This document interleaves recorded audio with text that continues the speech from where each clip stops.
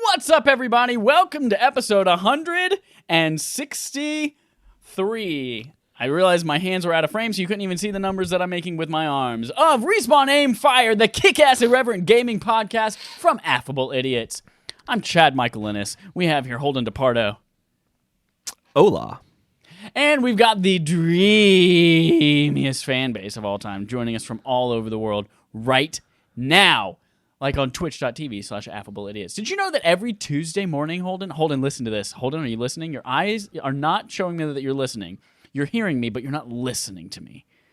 I feel like you could interchange that. You're hearing me, but you're not listening. Or you're listening to me, but you're not hearing me. I think like those could, as long as you just emphasize one of them, they could mean the same thing. Every Tuesday at 9 a.m. Eastern, you can put us in your ears, just like I have me in my ears right now. Just kidding, I don't have the monitor on. I'm not in my ears. But you can do it on your podcast service. You can put us in your eyes by going to Respawn Aim Fire and searching. Go to YouTube and search for Respawn Aim Fire. And then you can also be with us right now, live on twitch.tv/affableidiots. Idiotas afables. Don't type that in Spanish. It does not go to us. So yeah, you can do that every Sunday night around 8:15, 8:20, 8:25 Eastern time, like we are right now. Today's episode is brought to you by Affable Idiots. We'll talk about that a little bit later in the episode. For now, I want to introduce you to what we're doing in place of Game Court. If you've been watching this show for the last, I don't know, what have we been doing this, like 6 weeks, 8 weeks, 10 weeks? 47. Something like that. We've been doing a section called Game Court to open our episode, and it became too hard to think of things that characters have done that weren't all the same exact thing over and over. Plus, we had an epic finale last week with Alex Cozina, Dallas Smith, and Holden all being on trial for the same murder of Alex Cozina. So go back and watch that for sure. But to replace Game Court, we have a new segment that we're going to be introducing from now throughout the entire summer, the entire next 3 months through the end of August. We have some bets going on. And in fact, we're calling it, hold please, I got to scroll down to figure out what we're calling it, the Summer Games Bet Fest. You'll learn a little bit more about that a little bit later in this episode. But somewhere in every episode, we will place a bet. We will then go to Twitter the following week and look at whoever I don't remember. Hold on, how did we decide this works again? We are going to be basically making bets on something. Well, actually, let's talk about it when we get to it, because it'll make more sense to explain it when we get to it. Okay, there's going to be some bets. You're going to participate on Twitter. One of us at the end of August will have won or lost, and there will be some kind of opportunity for you to reap the benefits of that as the audience. So keep an ear out for somewhere in this episode for Summer Games Bet Fest. That'll be coming up later. But for now, let's start by talking a little bit about what we played this week. Holden, it looks like for both of us, it's a lot more the same, with the exception of one game that we played for game night. So tell me about your same. I'll tell you about my same, and then we'll talk about game night. I played more Animal Crossing New Horizons. I played more Super Mario Maker. I have the same things to say this week that I said last week. So, cool. What about you, Chad? What when you said you played Animal Crossing New Horizons, I was taking a sip, and I was like, oh, this would be a great opportunity for a spit take. And I almost did it, and I was like, wait, I'm drinking flavored water. Things will get sticky. And I didn't do it. That's what that face was. And me going... Yeah, because you have to leave it there for like 2 hours when you record, because you're not going to clean it up immediately. You have to record. Right. The show must go on. I played The Order 1886, which we just recorded our BARF episode. That's Backlog Accomplishment with Respawn and Friends. I played that Spoiler alert, we loved it. Is my laugh sarcasm, or am I laughing at something else that's completely unrelated? Go back and listen to the show. It'll be up right now. It's up. We also have Warzone. I played more of that this week. I officially broke down and bought the Battle Pass. I now have the nipple tats. The triplets can run together, all with the same eyeballs, all on our nipples. I have officially gotten enough tiers on the Battle Pass to unlock next season's Battle Pass as soon as it starts in a couple days. So I'm feeling pretty good. And, I want to tell you about... No, it's not important. I just played more Warzone, and it's great, and I'm fucking loving it. and it's a great way to bond, and I'm playing it all the fucking time. Dead by Daylight, Holden. This week, Before we get played... to Oh, God. that, sorry, I forgot one thing I have to mention for Dead by Daylight.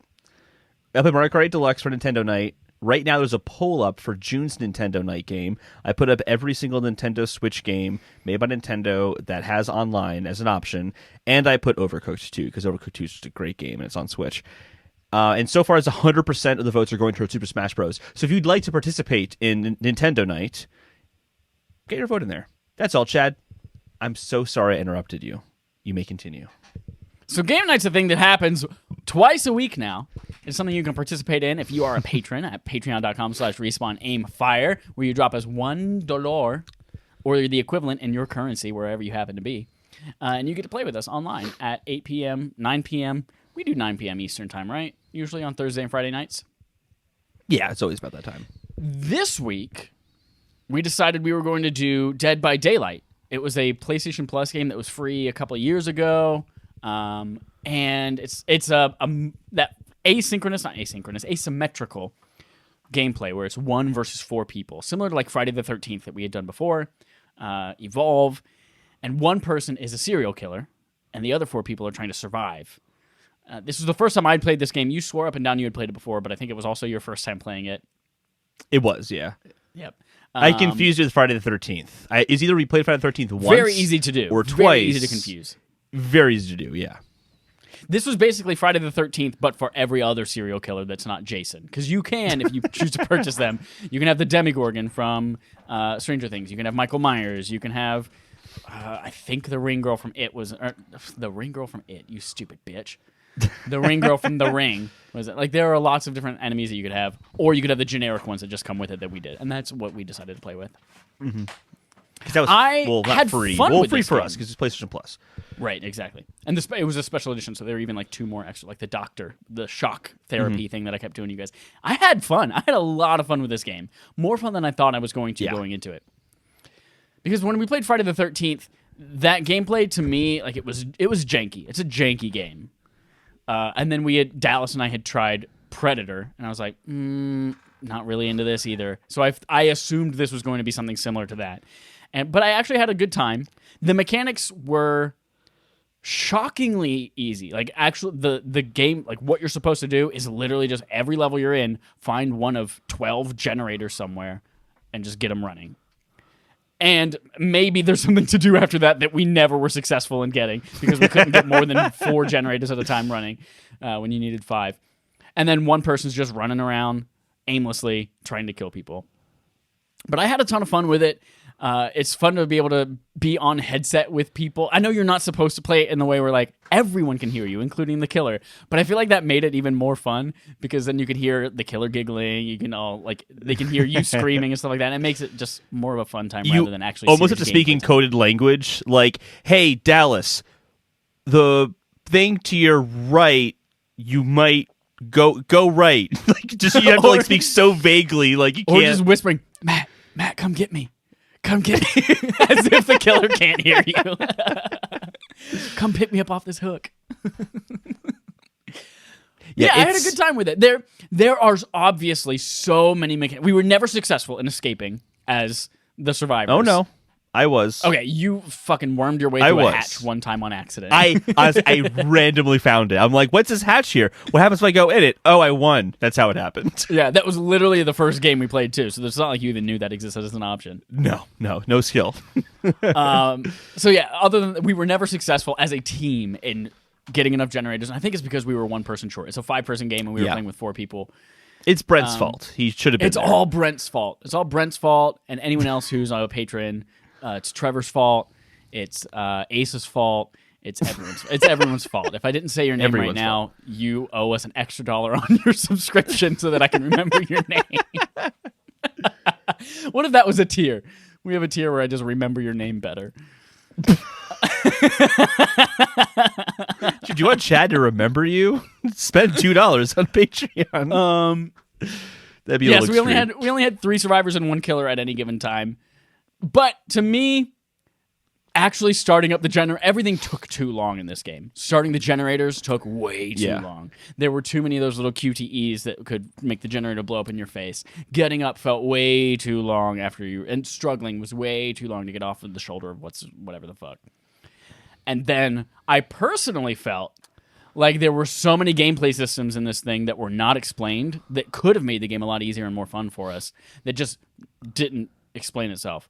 But I also didn't play the tutorial or read the help that was readily available and on the front screen.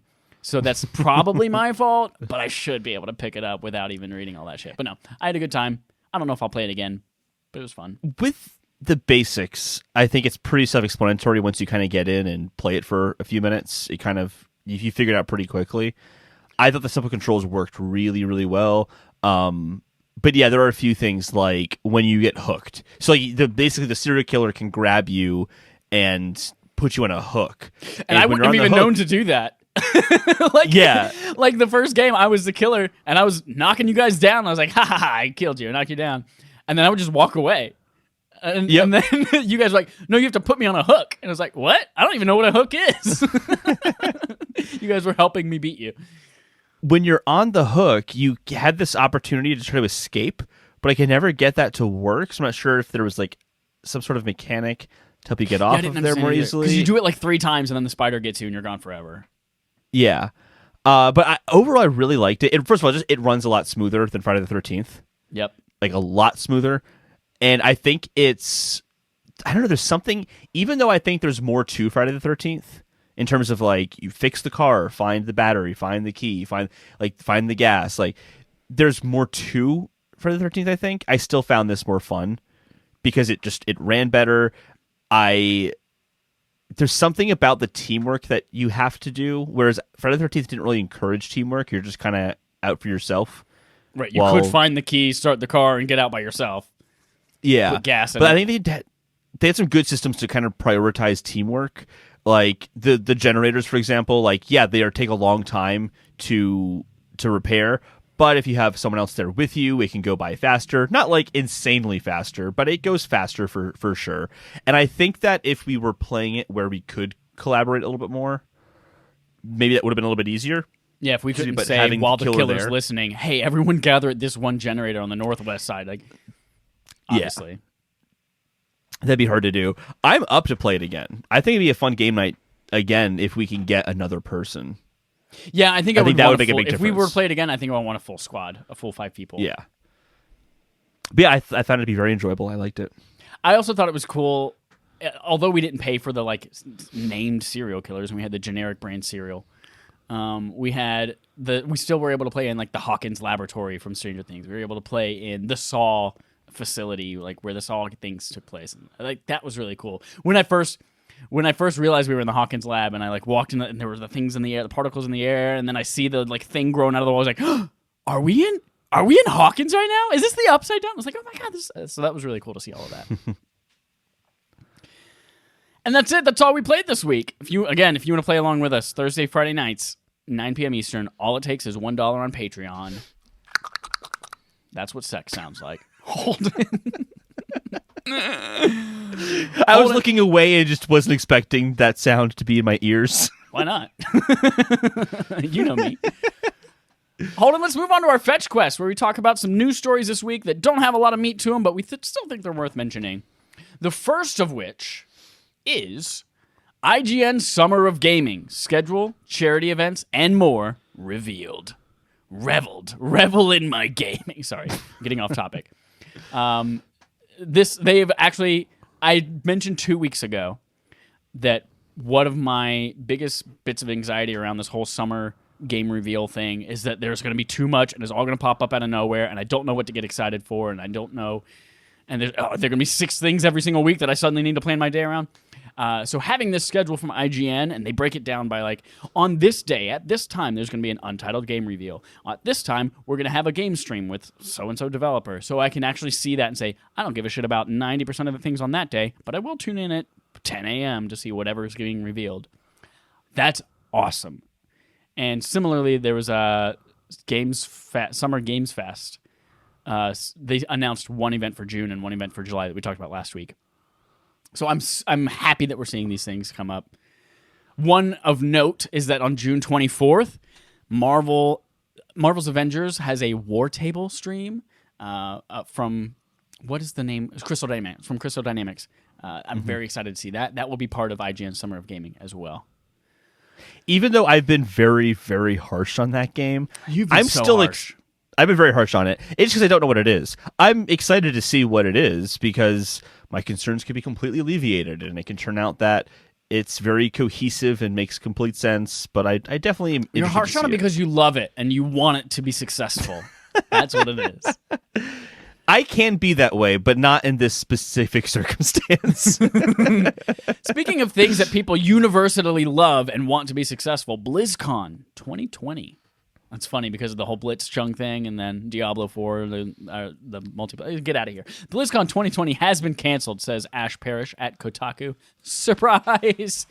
If you are a person that is running any kind of in-person gathering in the next 6 months and you think you're going to have it in real life still, you're kidding yourself. A replacement, a digital version of BlizzCon could happen next year, but there aren't any confirmed digital rain checks yet. We have a couple more fetch quests to go. One is that No Man's Sky, as we like to call it here, charts a new course across Xbox Game Pass in June. Maybe, and by maybe I mean I won't, maybe I will finally play this game for a little bit and see what's changed since it was a boring simulator. You're going to hate it so much. I can't wait to hate it. And by that, I mean I'm not this game could maybe it could be a game night game. You can play multiplayer now. You can bring your friends in. If this is a game night game, I'll kill myself. You'll kill yourself. Maybe I'll play it, but if I have to play it, I'm going to kill myself. If I have to play it with friends, they can't see me enjoying this on camera. If you need help with a suicide hotline, there are many hotlines you can call, just so you know. I think you have to say that after making a suicide joke. You have to. Yes. You have to. Yes. For real. But for real, though, no one commits suicide. It's against the law. And it's not cool. And if you have any kind of issues that are thinking, those two things are true. I thought you said, please, like, no one commits suicide. I thought you said no one does commit suicide because it's against the law. I was really confused for a second. Suicide. Next, we have the games with gold for June for Xbox have been announced. Features Coffee Talk, Shantae, and the Pirate's Curse, and more, says Nick Biazzo at Game Ranks. Don't know what Coffee Talk is. Shantae and the Pirate's Curse. I've seen, maybe it was an Apple Arcade launch game. I feel like I've seen that somewhere. Don't know if it's good or not. Destroy All Humans. No, I don't think it was an Apple Arcade launch game. Coffee Talk. Maybe, I don't know. Coffee Talk. No, that's not what I was saying. Destroy All Humans is a game that the title pops up everywhere, but I don't know if anyone's ever actually played that game. But I see the title a lot. And then finally, Sine Mora or Sign Mora, something like Sign that. Mora. Sign Mora. It was a very big Vita game. I remember that, but it's also a 360 game coming to you. Great. What another stellar month from Xbox Games with Gold. But a legit stellar game for PlayStation this time. But it's for stellar real, month for games. If you're thinking about getting Xbox Games with Gold, there's a hotline for that. That's not a joke, Holden. That's a very poor joke. That is not a good joke. It is a dark joke, but I laugh. It is a dark joke, yes. But you're right. PS Plus free games for June are Call of Duty World War II and Star Wars Battlefront 2, which are two games that are pretty highly rated, above a 2. Call of Duty World War II was last year's Call of Duty, yes? Or was it the year before's? No, last year was Black Ops 4. Yeah. No, last year was Modern Warfare. Then it was Black Ops 4 before that. It was really? World War II was from 2017? I think. It's 2017 or 2018. I think you're right, though. Chad, look it up. Jesus. No, I'm not going to look it up. It's not that important. But the thing is, Call of Duty World War II is coming, and I also probably won't play that either. Star Wars Battlefront 2, Here's the downside of having these two games available as the games of the month that are free. Yeah. The file sizes are so large, I don't think you'll be able to install both games simultaneously. Right. And if we want to make them a game, like, it's nice that they're there because these are two like good game night games. If we ever wanted to all jump into the Call of Duty multiplayer together, Absolutely. You loved Battlefront 2 when you played that. I'm downloading these games. I'm going to delete everything else off my hard drive. Let's go. Just kidding. Sonic the Hedgehog sequel is in the works. Exclusive from Variety.com, says Justin Kroll. Director Jeff Fowler returns with the first movie's two writers, Pat Casey and Josh Miller. Hooray. This is the best video game movie that's ever existed. Can't wait for a squeakquel. That's an Alvin and the Chipmunks reference. What are you shaking your head for? Dallas in the chat says November 3rd, 2017 was when World War II came out. Oh my God. Wow. I'm going to blink until I throw up. Detective Pikachu is the best video game movie ever made. No. In my opinion. Holden. No. Sonic was fine. Amazing. Sonic was fine. It was a passable film. Detective Pikachu, don't get me wrong, was great. Great. But there were still a couple of characters in that movie that I was just like, why the fuck? Who wrote this knowing that this was going to be spoken by a person in front of a live theater audience? And by I felt that about every character except for Dr. Eggman. Every character, I'm like, this is such a flat, boring character. Dr. Eggman was great. I felt the exact opposite. Boring characters, but they weren't to the point where they were like, palm to your forehead, I can't believe someone wrote this dialogue. But that's not what we're talking about today. We're talking about The Witcher series is blowing past 50 million sold following a hugely successful 2019. So this is the series as a whole, which was previously Xbox and PC exclusive until Witcher 3. They sold 10 million copies since last June. So they've made 20% of their sales of the entire series in the last year. And then Witcher 3 Wild Hunt was responsible for more than 20 million of those copies. And so it's definitely had some help. It came out on Switch last year. The Witcher came out on Netflix, the TV series, which definitely stirred a lot of interest back up in it again. But that's exciting to see CD Projekt Red making that money, injecting it right into their veins for Cyberpunk. Dallas agrees with me, by the way. Every scene is great. There's not a bad scene in Sonic. Holden, you're wrong. Those are all three things that he said, not in that order, however. I vehemently disagree. There were many bad joke's scenes on in that you. movie, You don't but know how to that's spell vehemently. There's an H in there. Next up, there's a Resident Evil announcement happening on June 10th from PlayStation. Just to clarify there, I just don't know how to spell words with H in it in general. That's just It's hard for me to do. Right. I don't know how to spell my own name. It's tough. Yeah. Olden. Chandler Wood from PlayStation Lifestyle tells us that there is an official announcement that was sent to Resident Evil ambassadors. Are you an ambassador? I don't know. I put anything from Capcom right into the junk folder, so I could be. I don't know. This is just 6 days after the reveal event for the PS5 coming next week. We'll talk about it a little bit later in the episode.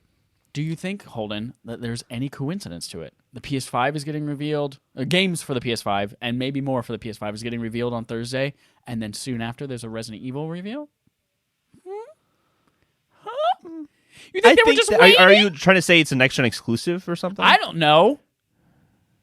Get off my dick. I have heard from rumors it's cross-gen, and considering it's Capcom and it's supposed to come out next year, and if it's along the same lines as most Resident Evil games, it's going to be in the first half of the year.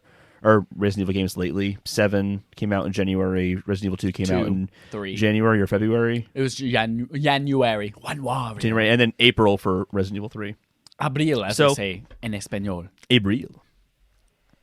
Looking forward to it, though. Either way. Can't wait. Me too. I think they have a very good history recently. And by that, I mean Resident Evil 7 was PSVR exclusive with Sony. So they have a history with Sony. And I'm wondering if now that with PS5, like they'll be able to reveal something on June 10th that's exclusive for PS5 that they wouldn't have been able to beforehand.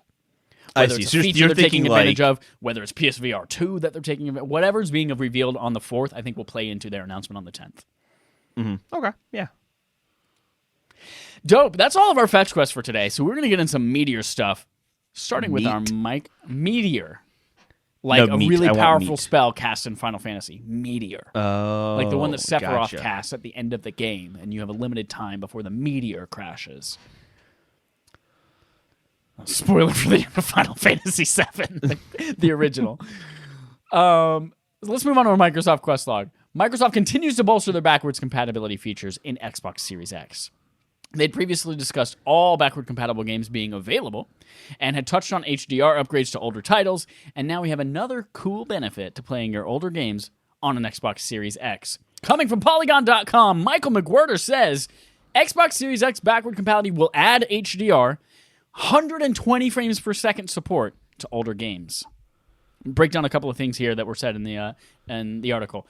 They've confirmed that HDR enhancements for the thousands of Xbox and Xbox 360 games without developers needing to change anything is coming, which is amazing. Jason Ronald, Director of Program Management for Xbox Series X, also claims that Xbox and 360 games will double the frame rate of select set titles from 30 to 60 or from 60 to 120 frames per second for some games. That's insane. Because I don't even think a lot of TVs out there can handle 120 frames per second refresh rate. Nope. But if you have it hooked up to a gaming monitor on a PC on a desk and you play in a chair like an idiot, maybe you can take advantage of this. Oh, that's you, though. You can do that. Oh. I don't know if my monitor is 120 frames or 120 hertz or more. I don't know if it is or not.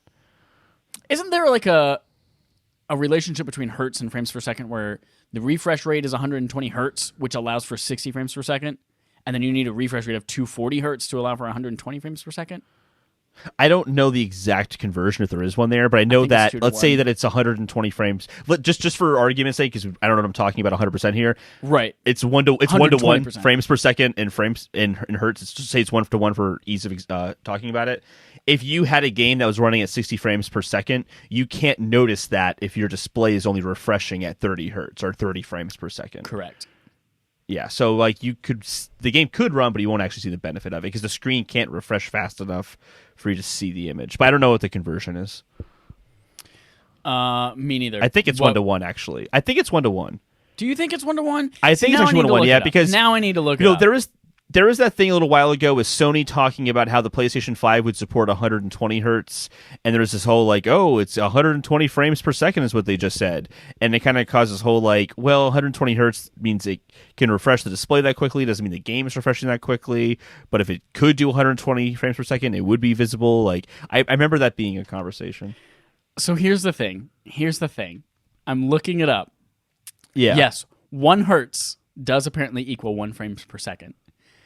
However, there are so many websites that will convert the two for you. Like you go in and you type the hertz, and it will spit out a frames per second. Why is that a thing if they're 1 to 1? Why do people need a calculator for that? That's really funny. What's just really funny to me is I know that someone had to code that, which means someone wrote an algorithm that says if they enter this many hertz, have it equal that same number. And they actually wrote that code out. That's really tedious. But wait a minute. I came across a chart. Frames per second to hertz conversion table, and this does have a 2 to 1 ratio.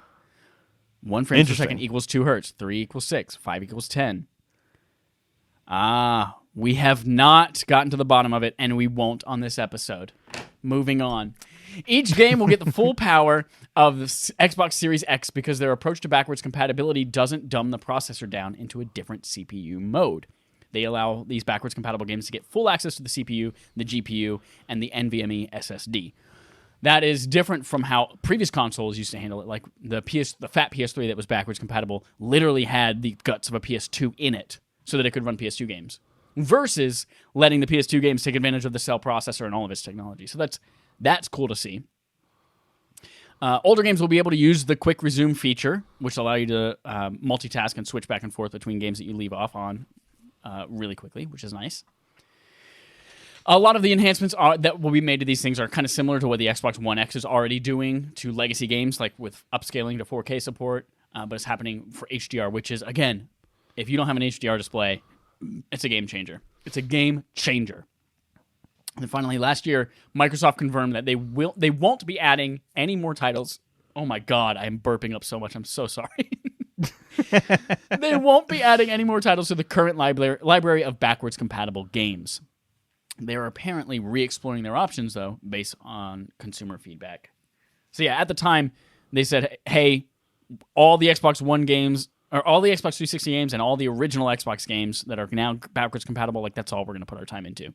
Going forward, everything will just be backwards compatible. But Holden, does this tickle your pickle? This is interesting because you kind of compare to what we know about Sony's backwards compatibility, and it seems like kind of that whole like we're gonna let these games run the full Series X processor and take advantage of that hardware.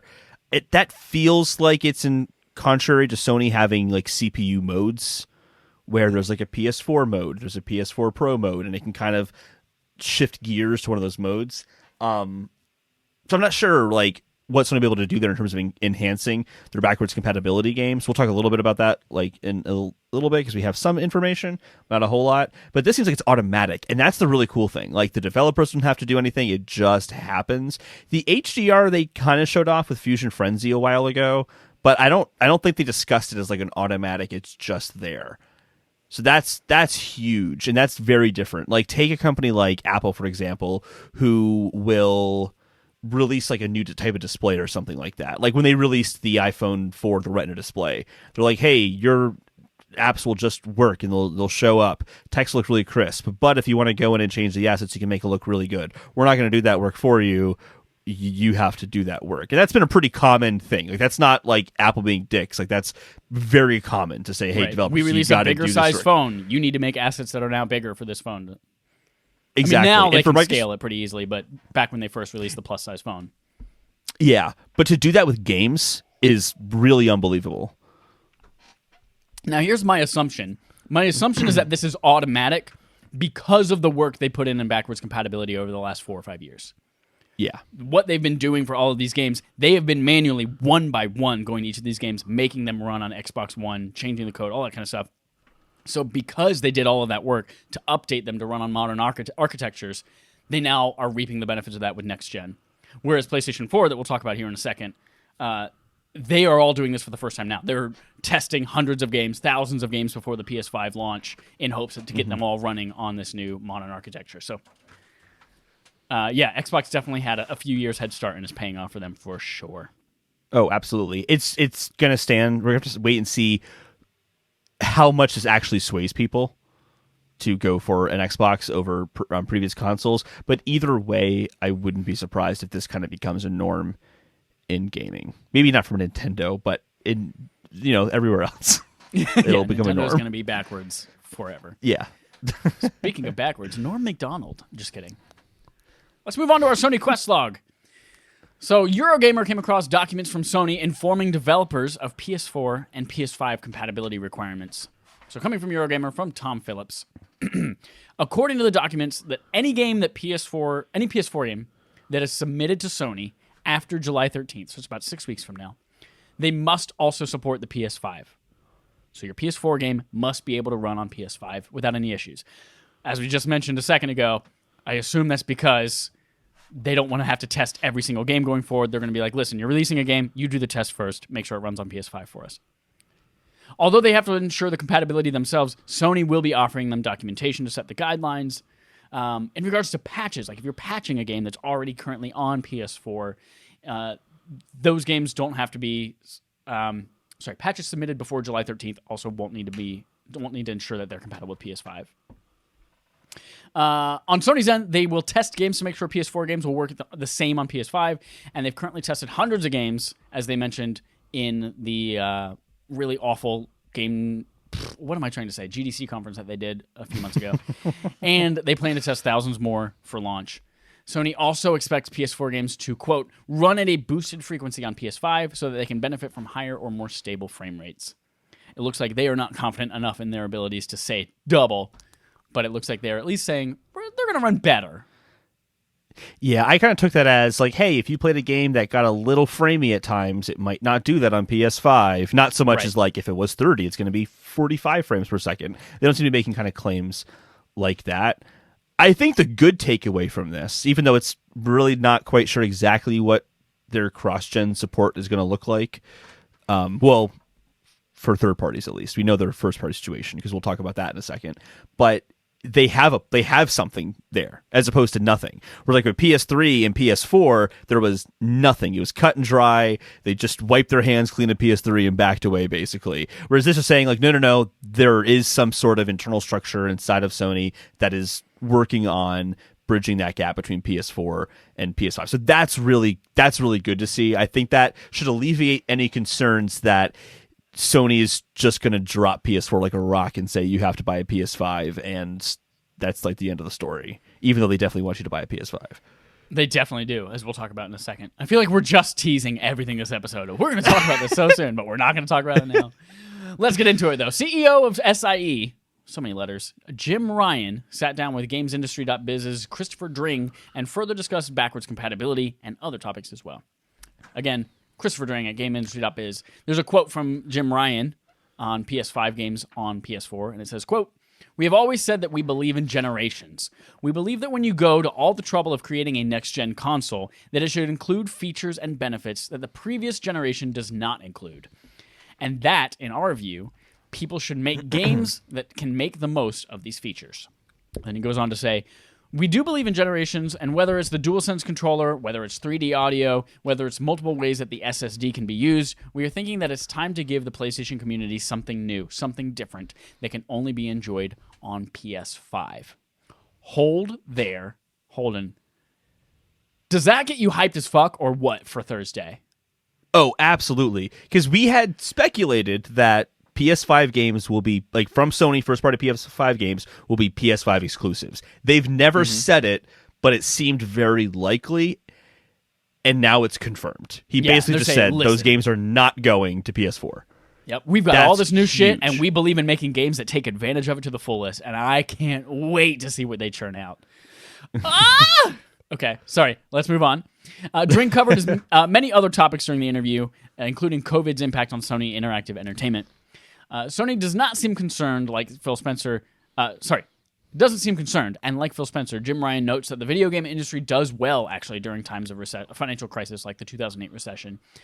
And in fact, he does question if previous models will hold up during the severity of COVID-19's impacts, but he has a quote here on the console pricing as well as we go into it. He says, quote, "I think the best way that we can address this is by providing the best possible value proposition that we can. I don't necessarily mean the lowest price. Value is a combination of many things. In our area, it means games, it means number of games, depth of games, breadth of games, quality of games, price of games, all of these things, and how they avail themselves of the feature set of the platform." For kind of context, last year, Jim Ryan also stated that Sony's goal of transitioning PS4 players to PS5 was, quote, "at a scale and pace that we've never delivered before." And he does maintain that vision today as well. So it seems like they're saying all the right things. Games, which is what their mission was with the PS4. It's like, this is all about the games. It's all about making things easier for developers, all that kind of stuff. Their value proposition argument makes me think that this is going to be a pricey console. And they're basically admitting here, like, we're not going to be cheapest on the market. Xbox is going to beat us in price. But we think that our console showing is going to be enough to sway people and say, this is worth the money I'm going to spend on it. I don't know how that will also translate into making it at a scale and pace that they've never delivered before. Yeah. I'm surprised that he maintained that, because he said that before COVID and before the whole lowered shipments, which I'm trying to think, is lowered shipments an official confirmation, or was that a rumor? I actually can't remember right now. I don't know. Either way, I don't think that... I think launch day sales are going to be huge, because people who want to buy games on launch COVID's not going to stop them. Like, at least to get to numbers that we saw last generation launch. I think we're starting to see this after the fact, the kind of a trickle down in demand just because of COVID and economic impacts, depending on how things... Yeah, exactly. Depending on how this shapes up over the next few months to the end of the year, which is looking more and more dire as time goes on. But we'll see what happens there. Yeah, I think you're right, though. This is the confirmation that they are not going to be the price leader, which is why they're changing the conversation to value instead. But I think that if they can show that their games are actually next-gen games and that it's not going to be this hindered experience, I don't think it's actually a bad argument to make the value proposition instead. I do think his statement's a little funny, though. in our area, it means games. It means number of games, depth of games, breadth of games, quality of games, price of games. It's like someone being like, it was big and it was large and it was massive, and he's just kind of saying like the same things shrimp, over and over. Gumbo shrimp, jumbo shrimp, cocktail shrimp. Like, what's the difference between number of games and breadth of games? Like, maybe breadth kind of is the like same thing. spans a lot of different genres. Okay, maybe. But either way, I'm very pumped about this. We're just there. We're going to be talking about that Sony PS5 event pretty soon. More teasing. We just got to tease you. But it's starting to feel real. It's starting to feel like reality, and that's good. That's very good. Next, let's move on to our Nintendo Quest log. I'm going to read this word for word because you wrote it, but I'm not going to be happy about reading it. We all know that Animal Crossing is the most adorable thing ever, and it always will be. But is there a way it could be even cuter? The answer is shockingly yes. I'm going to throw up. Vicky Blake from Eurogamer says, Build-A-Bear is taking notes about your dreams of an Animal Crossing-themed collaboration. A Twitter user tweeted a Build-A-Bear at Build-A-Bear with the crossover in mind, and the Build-A-Bear actually responded. The Build-A-Bear itself did not, because that would be terrifying. But Build-A-Bear, the company, responded with, wow, we're taking notes. Holden, is this a good idea? Yes, with a strike-through written in it. And is it a better idea than Super Mario Lego? It's a good idea, and it's definitely a better idea than Super Mario Lego, because can you imagine stuffed Animal Crossing? It's stuffed Animal Crossing characters. Like, I wouldn't buy one personally, but like my younger brothers, kids who are a fan of Animal Crossing are definitely going to want these. Imagine them putting an NFC chip in it, and you can like make your own like villager or something like that with like its own outfit or something. And then do that. And then you like, well, that's how Build-A-Bear works. No, there are no NFC chips in Build-A-Bears. No, but you can design the character how you want it to look, and then you could like, why not put an NFC chip in there? Nintendo does plushy like Build-A-Bear already. You go to a giant bin full of deflated, sad-looking animals. You fill it up with cotton. You can put a little heart in there, and some of the hearts you can record a message on. And then you buy clothes for it, and that's it. There's I get it, smart but about a Build-A-Bear. In the stuffed, like the kind of the emptied out Animal Crossing character they have, they could just put the NFC chip like somewhere in the fur lining on the inside. Yes, you could put an NFC chip in a Build-A-Bear, but that technology does not exist within Build-A-Bear as a company. I'm saying it could. And Nintendo just did a patent for stuffed NFC characters. So they like already did that with the quilted Yoshi amiibo. Yeah, and they're patenting it again. So they have new ideas. So I think you're dreaming a little bit. That sounds awesome. But I do think that like a Tom Nook Build-A-Bear could be kind of attractive to the right people. I don't want that was so uncharitable. But they've also got to compete against. They have Build-A-Bear My Little Ponies. They have Build-A-Bear Mario characters. They have Build-A-Bear Frozen Olaf and Anna Bears. Like, they've got a lot to compete against. And I don't know if Animal Crossing is a big enough IP to compete with those that people would care enough about. I think you are cray-cray. It's a huge IP. I don't know. It's not Mario and Frozen level, so...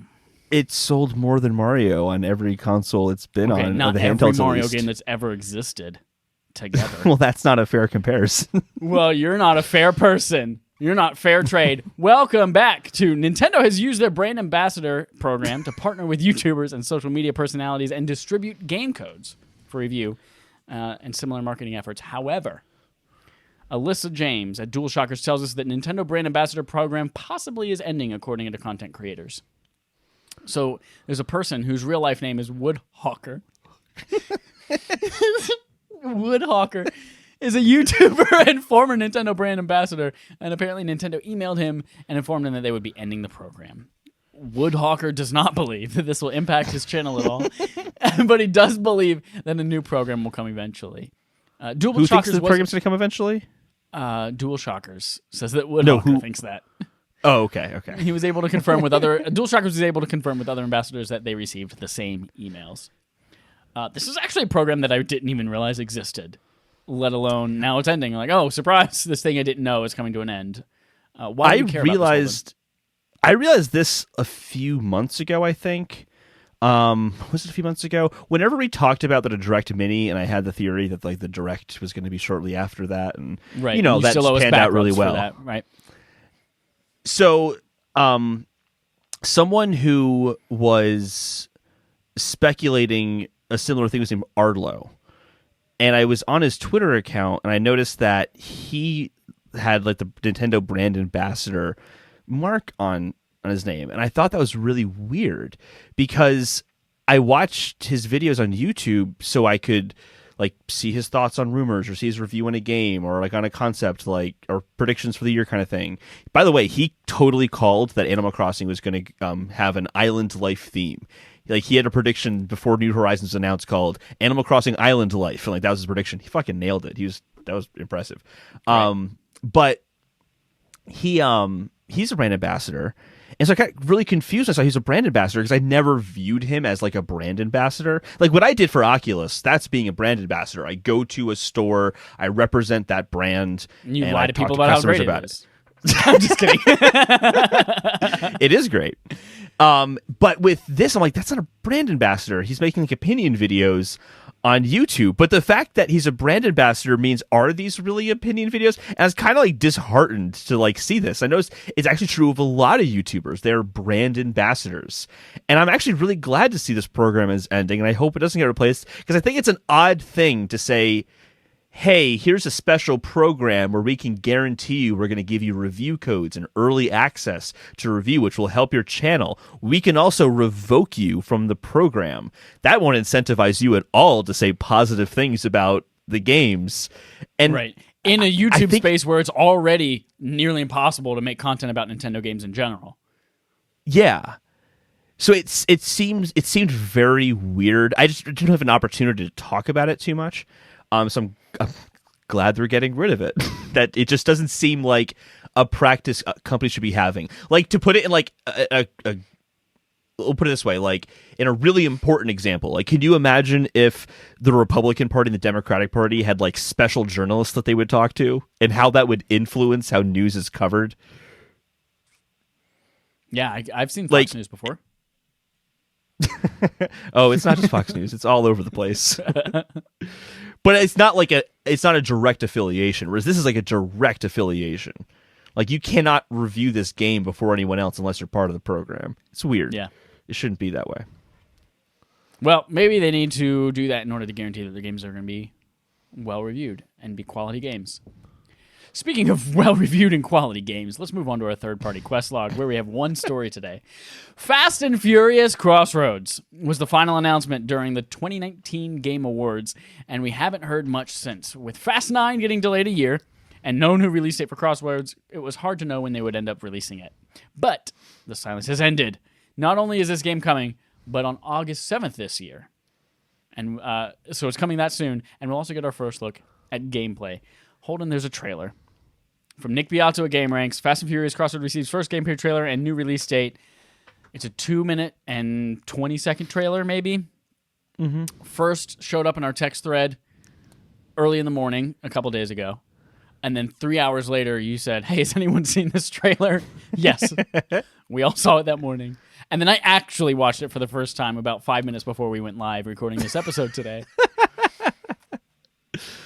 Holden, this game looks trash. It looks really bad. It looks like a licensed game from the PS2 era. On mobile. I 100%, as I was watching the trailer, I saw the interface. I was like, oh, it has a mobile interface. And then I asked you, I was like, wait, am I watching the right thing? Because I thought that I was watching some spin-off mobile game from 2 years ago. But no, that's the right thing. It just has a shitty interface. It does not look like you're going to be playing as these characters at all. You're going to be playing as cars with their disembodied voices. And all the gameplay looks incredibly similar. You drive in a straight line, and you wait for your radar to go boop, boop, boop, boop, boop, boop, boop, till you're locked onto something, and then you shoot it. Or you wait till there's a car beside you, and then you move left or right to grind its gears. I don't know. But you're looks forgetting terrible. Sometimes you'll go over a ramp and you'll narrowly miss something that was scripted, and a character will say, "Whoa, that was a close one," or something equally cool. Right. You'll have lines that the actors, the real voice actors, literally phoned in, and you'll be like, Letty will be like, "Dom, you need to watch out for the guy on the." No, Mom, no, I'm recording something for a game. Sorry, can we still use that take? I don't have the time to record another. Like, that's the kind of quality it sounds like you're going to be. They're literally phoning it in. Oh, it looks awful. I immediately remembered playing, this is so random, but when I was playing The Incredibles on GameCube, and which actually is not a bad game, to be fair, but it has that like really terrible like random voiceover to like make it like, look, it is the character, they're talking. And like one of them is when you're the Dash and you're running down the street to get to school on time or something like that, and you're dodging cars, and whenever you die and restart again, he just says, "I'm the Dash," and then he just starts like running like every single time. And like when I saw how bad this dialogue was, I'm like, it's just like The Incredibles in the GameCube back in like 2003 or 4. Like, this looks awful. This looks really bad. I'm kind of surprised. I didn't think it was going to look that phoned in. I'm not surprised. What I am surprised at, when we saw the reveal at Game Awards, we saw the character models and shit like that, and I was like, whoa, this legit looks like a terrible, terrible PS2 game. Since you're going to be playing as cars most of the time instead of people, that's an opportunity for this game to look a little bit better, like it might be even a PS3 game. So but it that's doesn't. what I'm surprised at. Yeah, I don't understand how this could look so bad. I hope it's not multiplayer so that I don't feel obligated to pick it up and play it with Matt. That's the only thing. Well, the thing is, I think it is multiplayer. Like, it looks like you guys would be doing one mission together, and maybe you're going to approach the tank from the left, and someone's going to approach the tank from the right, but you're on different pathways, because they kept like cutting away to different cars driving around in a similar-ish environment.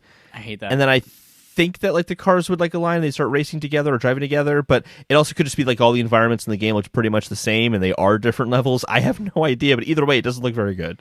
No matter what, you're driving in a straight line in some car.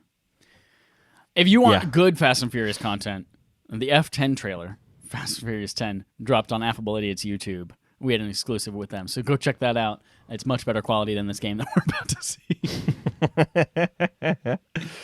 And it's mostly cars, too. So, like, if you like the car aspect of Crossroads, F10's got you covered. Yeah. Yeah.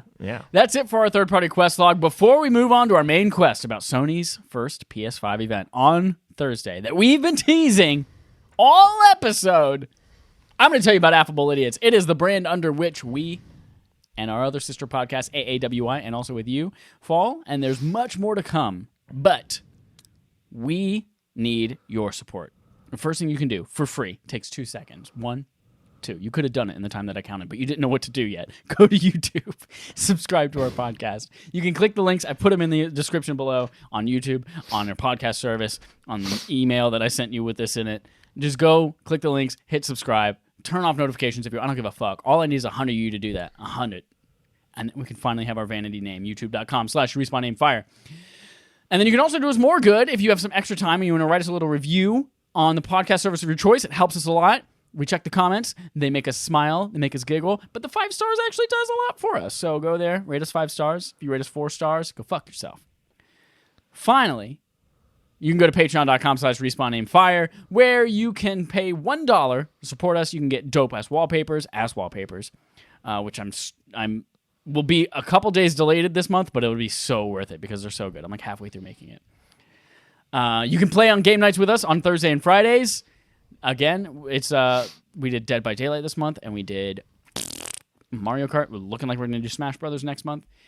And then finally, you get the ability to influence what we play for Barf. Anyone can play a Barf game with us and submit their thoughts, but you get to tell us what to play. Do that on patreon.com/respawn-aim-fire. Finally, let's move on to our main quest. Holden. It's a big one. It's a biggin'. I assume this same topic will be our main quest again next weekend as we record. Unless, like, Half-Life 4 is randomly announced. or the next Half-Life game, or 3. Or 3. Well, maybe 4. I don't know what they're going to call it. It'd be Quattros called Annos Half-Life games. Alexander. That's what the next one's going to be called. You obviously don't know Half-Life lore. I don't. Jesus. So Sony's first PS5 event, and like actually real dedicated, not like GDC developer focused, like actual first live big event. There's been a rumor and speculation for months. We've mentioned it already on the episode in previous weeks about when Sony would be revealing the PS5 games, the box, release date, all these other things, the price. And for some of those tidbits, we won't have to wait much longer because officially, from the PlayStation blog itself, you're invited a look at the future of gaming on PlayStation 5. The event is this Thursday at 1 p.m. Pacific time. It's June 4th, in case you're listening to this some other time. Don't look for it if you're listening to it outside of this week because it's not going to exist anymore. The digital the digital showcase will run for a bit more than an hour, end quote. Separate paragraph, separate thought. Quote, the games you'll be playing after PlayStation 5 launches this holiday, end quote, will be in attendance. I say that because those are mentioned in a separate order than we read them, in separate paragraphs, and I maintain that we're going to see more than games, but Holden thinks those two sentences, if you take them out of context and place them together, mean that we're getting an hour full of just games. Next up, we also have a link I from didn't say PlayStationLifestyle.net. just games. You said exclusively games for an hour and a half. That's exactly what you said. The main focus is going to be games.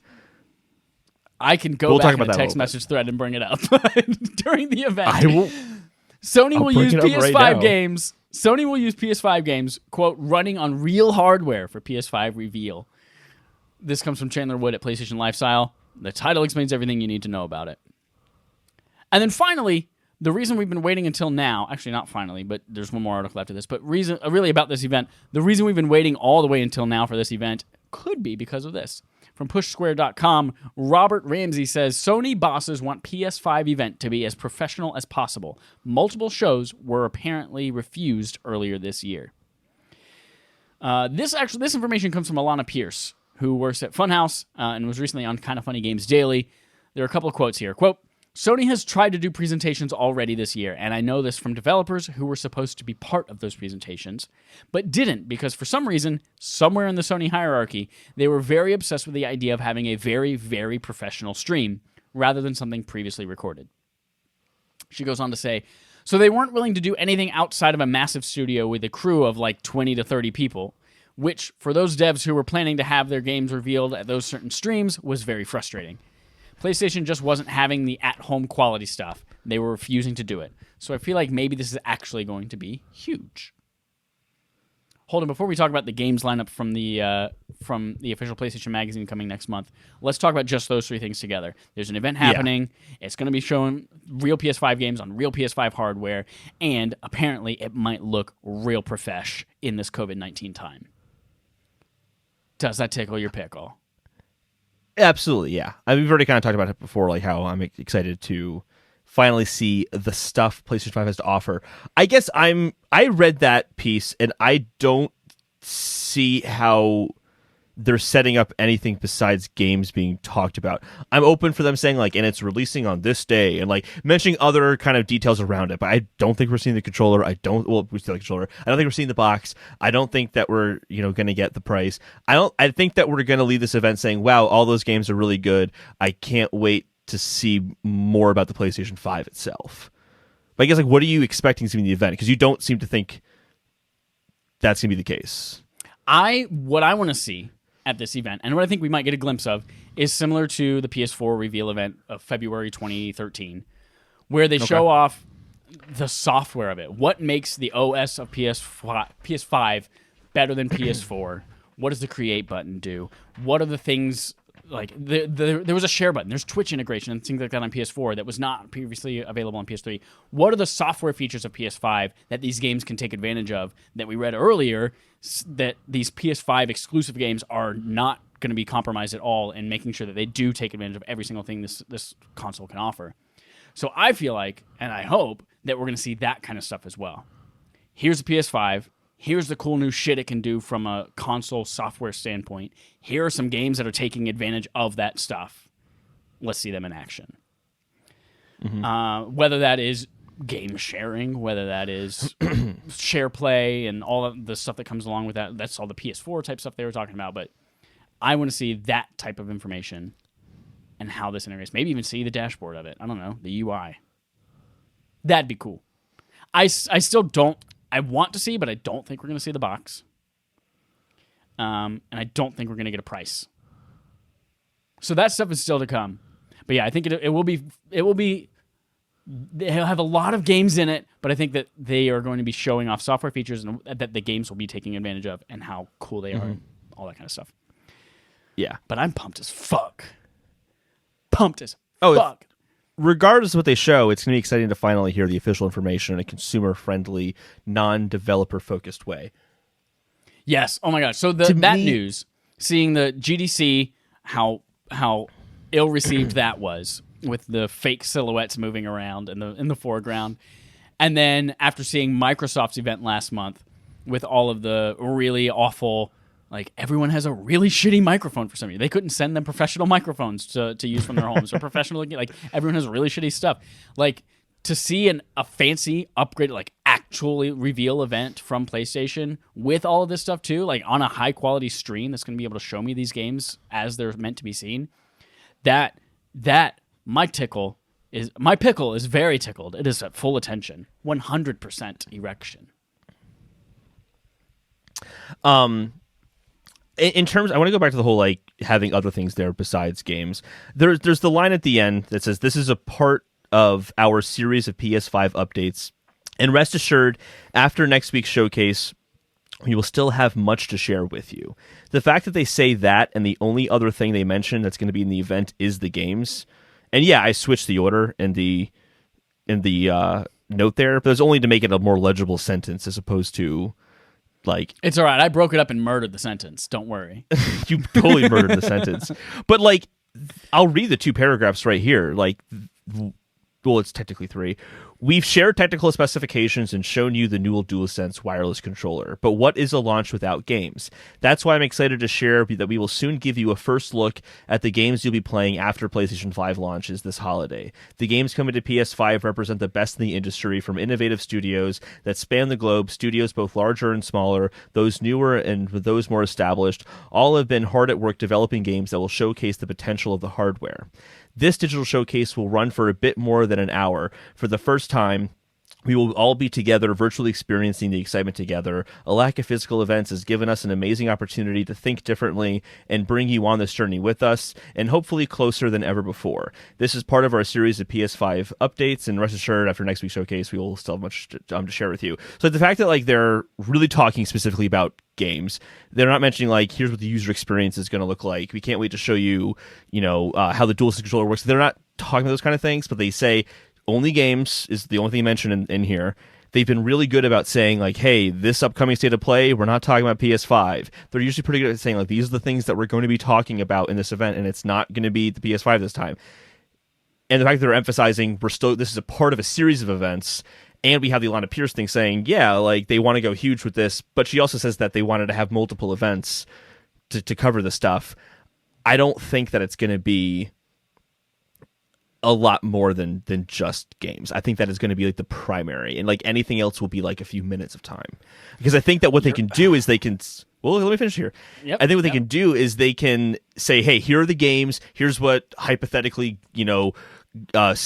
God of War looks like on, like, the new God of War on PS5. This is what it looks like. And then in the next events, they can say, you've seen God of War. Now let's show you what you can do with the create button when you're playing God of War. And they're going to use that base of games they talk about in this next event as the context for the features they're going to show us going forward. Oh, you're excited about God of War because we showed it to you last time. Well, here's how the DualSense controller works with God of War. Those are going to be the kind of next set of events are going to be after this initial one of just getting the games out. If they had mentioned other things outside of the games, I would agree with you there, but they've only mentioned that, and they've been really good about stating what they will and will not talk about at certain events. Well, Holden, your argument is very, very solid. But it does not explicitly say we will have a little over an hour of only games. And that's like saying a character died off screen in a movie and they could come back in a future sequel. So I'm not convinced. But by implication of saying it's going to be an hour long and they've only talked about games in this blog post, I feel like it is like they're saying. There's one more thing. We're going to see packaging of the controller. That's it. That's what we're going to see. And when I say we're not going to see the box, I just meant the console. We will see the box that the PlayStation's going to come in.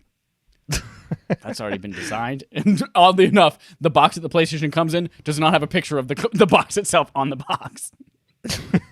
It's just a blue box with the PlayStation logo on it. Yep. That's it. That's what the box looks like. It says the PS5 logo, and it's actually just like a 5 written in Times New Roman. And here's the crazy thing. When you open up the box, it's actually just a bunch of components inside of a cardboard box. Like, the box is the box. Oh, shit. And when you want to put a disc in, you have to, like, pull the little flap up and, like, put it into, like, the top crease of the box, and that's where the discs go in. Here's the other thing. What if in the box there's, like, a little opening that's maybe about 4 inches high, maybe about, 18 inches wide, where you can also put your Xbox One console in there. And then there also might be a small part in there where, like, you can attach feet to it to level it out a little bit. Or maybe you can, like, have a glass door on it and put, like, a receiver in there, too. What if the PlayStation 5 is an entertainment center? Whoa. And the guts are just built into the wood. Or, in reality, particle board.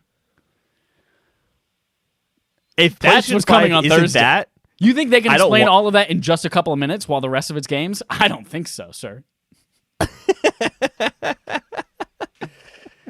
Finally, the last part of our main quest before we kind of get into some things, there's an article from PlayStation Universe, PSU.com.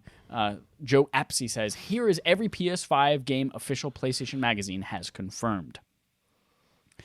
It's a lot of games. I don't know whether we should... I don't think it's worth reading the whole list of games. There's a lot of them. There are a lot of them, and many of them are games that exist now, but have been confirmed to run on PlayStation 5, like Rainbow Six Siege. The Elder Scrolls 6, of course, is coming to PS5 and not PS4. So those are the kind of things that we'll see, like Vampire Masquerade Bloodlines 2. To be honest, this whole list, not much of it excites me at all. Nope. I was honestly bummed when I saw this list. Now that, like, obviously Elder Scrolls 6 is going to be a huge game when that comes out, but it's, like, so far away that I'm like, I can't get excited for that right now. Like, we know there's Quantum Error, Assassin's Creed Valhalla are pretty fun picks for Madden NFL 21. Whoa. NFL 21. Dauntless, that free-to-play game that's been out on everything. Yes, and there's a lot of this too is like games that were announced during Xbox's event, like Dirt 5, or what was the Chorus is one of them. So, there are A Rat's Quest, The Way Back Home. Yeah, so everything from that point down is like indie games that are going to be there. But yeah, so this was one of those things that was teased. The official PlayStation Magazine came forward and just said, "Hey, we're going to have the first look at PS5 games in our next issue," and this isn't what I was looking forward to. I hope that the next event, the one we get on June 4th, has more to show than what we see here. If it's just these 38 games. These 38 games, none of them are first party. We also don't know what 2 or 3 of the first party studios are working on. Mm-hmm. So we're going to there's a lot of opportunity out there for us to see like actual builds of games that we can finally know are coming, and maybe even release windows for these, knowing what's coming at launch and what's not. Holden, speaking of first-party games and other games that we might see of this, it is time for Summer Games Bet Fest. Bet. That's right. It's Summer Games Bet Fest, where we take bets on summer's best game fest. Summer Game Fest. Summer of gaming. The rest are best for bets. Bet. Summer Games Bet Fest. Our first one is going to be about this Sony event on Thursday. We are going to have a list of games that Holden has prepared that might show their head. We don't know. Could be. And we're going to bet on which ones are going to be there. Yeah. So how this is going to work... Yeah. Go on. Yeah. So how this is going to work is, right now, we're going to choose heads or tails to decide who's going to go first. Whoever goes first, after I list all 15 games, will pick one, and then whoever loses the coin toss picks the next 2, and then whoever wins picks the last one. So we'll have 4 games that we're kind of betting on to be there, 2 from each of us. And then we're going to post those 4 games on Twitter as a poll on Tuesday morning when the episode airs, if you're not listening to it on Twitch. And you guys can choose what you think is going to be one of the games that's going to be listed there as part of the bet. And then kind of basically every week we're going to be having us pick 2 and 2 for a bet. And for at the some end event that's of coming up August, that week. Yeah. Because there's going to be a lot of stuff this summer. As we mentioned, there's Summer Game Fest, there's Summer of Gaming, there's Summer Games Bet Fest, all sorts of things. Just many combinations of games and summer and festivals. So let's do the coin toss. Can you get your phone? Or got my Siri ready to go. Holden, do you choose heads or tails? I'm going to choose heads this time. Flip a coin. It's tails this time. It's tails. Chad that means goes I first. get to make the first choice. You get to make choice 2 and 3, and then I'll make choice 4. All Read me right, off I'm the going to list read of the list here. contenders. And we can talk about these as we go through them, or we can, list it all off and then go from there. Number 1, Bloodborne 2. Okay. Number 2, a new Uncharted game. Okay. Number 3, I have a joke title in here, but Last of Us Part 1.5. It's kind of a joke. Just new Last of Us. Number 4, Ratchet and New Clank Last of Us sequel. is an option for PS5. Something different from Part 2. Yes. Okay. God of War 2. Horizon Zero Noon. Doesn't actually have to be called that, but the sequel to Horizon Zero Dawn. Okay. The Order 1887. Again, doesn't have to be called that, but if it's Right. a sequel to that game. Ueda's next game. So the guy who made The Last Guardian or Shadow of the Colossus, like his next game. Okay. Spider-Man 2. Another Marvel PlayStation exclusive. That's not Spider-Man. Okay. Gran Turismo 7. Silent Hill. PlayStation All-Stars Battle Royale 2, which they'll probably have to change the name of that if it's real, because they don't want to... Battle Royale have an odd connotation nowadays for that kind of game. And then the last 2 is a new Killzone or a new Resistance. Okay. A you get lot the of those first pick. games I don't think are possibly ever going to happen. No. Let alone at this event. But I'm going to use my first pick to say Gran Turismo 7. Because we've already seen a lot of leaked information about that apparently, quote unquote, doesn't exist. So yeah, that's going to be my first pick. way. We're going to see some Gran Turismo 7. And as we mentioned last week, racing games are good games to show off power of new consoles and really great graphics. I think that is a very good pick. So I'm going to put in GT7 for you. I'm going to go Ratchet and Clank sequel. Okay. That's my... I've also already made that prediction, so I think it's a safe one for me to do. And then I'm going to say...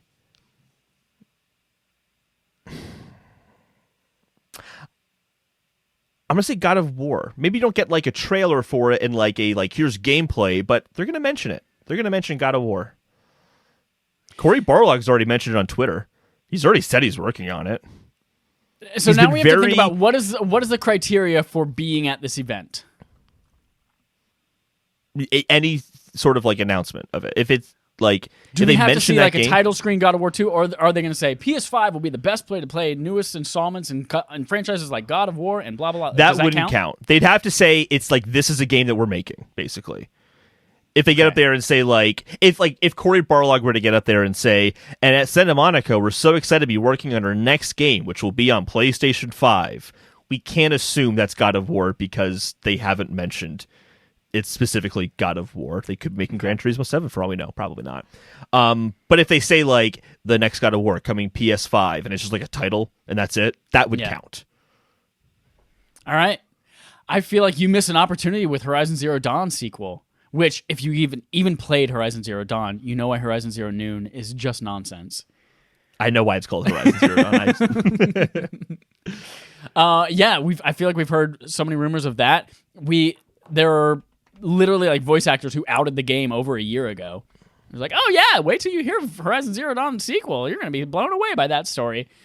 So we know that's been in the works, and it's older than God of War. So I feel like you missed an opportunity there. Gran Turismo 7, God of War. Horizon Zero Dawn 2. Hell yeah. We'll see what happens. Those are my So, picks. Last of Us Part 2 or Part 1.5, obviously that was not going to happen. Do you not think there's any chance of like an Uncharted or a new Naughty Dog game being shown off? I don't think Uncharted. I think we're done with Uncharted for at least the next few years, and if we see it, it might be at the tail end of PS5's life cycle, and it will be handled by a new studio. Okay. Just because I think That's fair. Naughty Dog they're like, hey, we told the story we want to tell from start to finish. We're done with Nathan Drake. Like, let's move on. They want to make Pong. They want to make Pong. They want to make Knack 4. The Knack knocks on your door, whore. All titles have to rhyme. All the best titles rhyme. It's actually called Knack for All. That's what it's called. Knack for One. Knack for One what was the name of that Ratchet and Clank game? Was that Ratchet and Clank 4 for One or something All like that? for What was One, that called? Quest New Booty. I don't know, something like that. I don't know. I think there's a chance we could see Naughty Dog's new game because they generally announce them very close to the release of one of their games. Like I think we found out about The Last of Us Part 2 within the same year Uncharted 4 came out, and I think within the same year Last of Us came out, we knew about Uncharted 4 as a PlayStation 4 exclusive game. So I think it's possible that because of all the delays with Last of Us Part 2, they would say like, hey, Naughty Dog's next game. Can neither confirm nor deny. I also wonder about like the kinds of things that are going to be announced. Do you think they're going to be like, by the way, there will be a Naughty Dog game sometime in the next 3 or 4 years? Or is it going to be like, we're talking today about the things you'll see within the first 6 months of launch? Like, I wonder what the focus of this game is going to be. Like, if they have something really impressive to show that might be coming out in 3 years, I don't know how those two things are the same. But the quote in the blog post is, that's why I'm excited to share that we will soon give you a first look at the games you'll be playing after PlayStation 5 launches this holiday. So that could be any period. Except that could for be between 5 now years. and holiday. Yeah. We won't be all the playing these PlayStation 5 games games you're going to be playing before the this console summer. comes out. Yeah. Although technically right. with cross-gen, it could be some games like that. Okay. Cross-gen is a socially acceptable thing now, okay? Next up. So that's it. That's our first Summer Games Bet Fest. Go on Twitter. Tell us which one you think of those 4 is most likely. We'll come back next week, see who won. And again, at the end of August, there are stakes. There is a winner. Whoever has the most bets that are correct. And again, the event tells us whether correct, not whether you voted for the game that we thought was correct. Your voting is completely meaningless. It's for fun. You get pride. Yes. Just to go over our guesses again, Chad guessed GTA 7, Nope. Gran Turismo 7, and Horizon Zero Dawn 2. And I guessed Ratchet and Clank sequel and God of War 2. Dope. I'm surprised neither of us picked Spider-Man 2. Yeah, I just don't know if we'll see that right away. I think it's too soon. Too soon. Let's move on to Game On Game Show. The Game On Our Gaming Show, where we play a game called Game On. The game show, game. This week, we've got Quiz Me Captain. It's me, Margaret. This is a game show game where I have 4 rounds, each with a different time limit. Holden has to answer a series of questions or name a series of things or guess. And if he gets all... Excuse me, I almost burped and threw up a little bit. If he gets through all 4 rounds successfully, then he gets a super secret special prize. I don't think I've ever done it before. Yes, you have. I have? Oh, okay.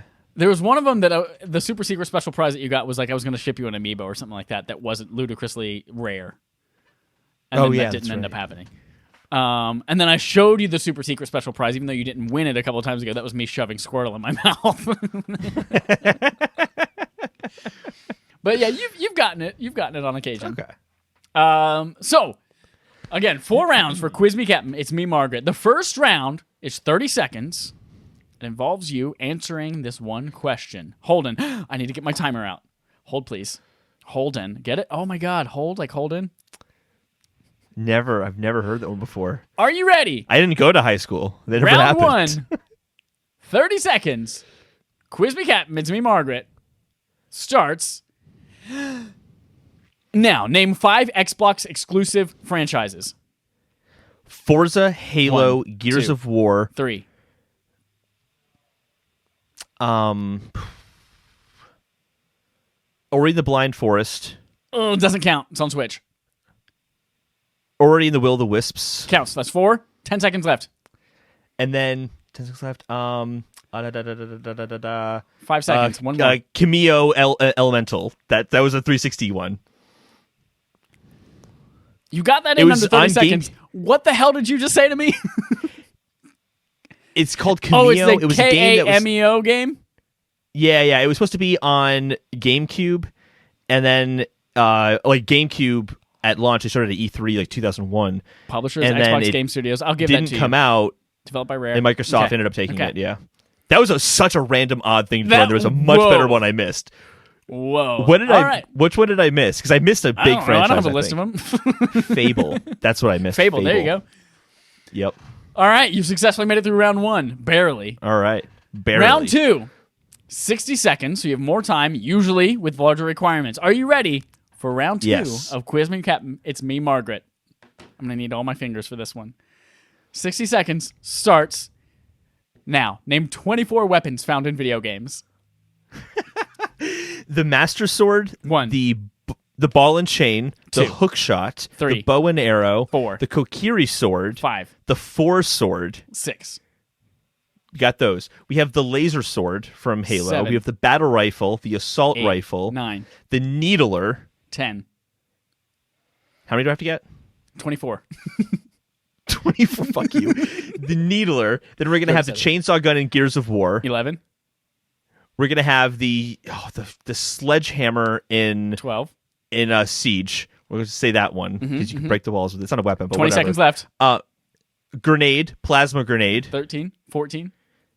the needle grenade that like sticks to you in Halo. 15. That's also a plasma grenade, but I'll give it to you. No, there's 2 separate 8 ones to seconds do left. that. How many do I have to get? 24. 2 How many seconds do I have left. I'm not going to give it. You had 9 left to get. Oh, yeah, I was Oh, going to get it. man. Yeah, you could have said like 30 different names of pistols. You could have said 30 different types of assault rifles in Warzone. Nice try. So you don't get the super I don't know secret the prize names this time. of rifles in those games. I have the assault rifle one that has like the thing on the top of it. That's how I know Sniper those. rifles. You got all sorts of things. All sorts of things. Fists, slings, It's a good one, crossbows. yeah. Yeah. All right. Round 3. We're still going to go on so you can get the pride of winning if possible. 20 seconds. Usually an argument of some kind. Are you ready for round 3 of Quiz Me Captain? It's me, Margaret. 1 second. Okay. Got to drink your water. That's important.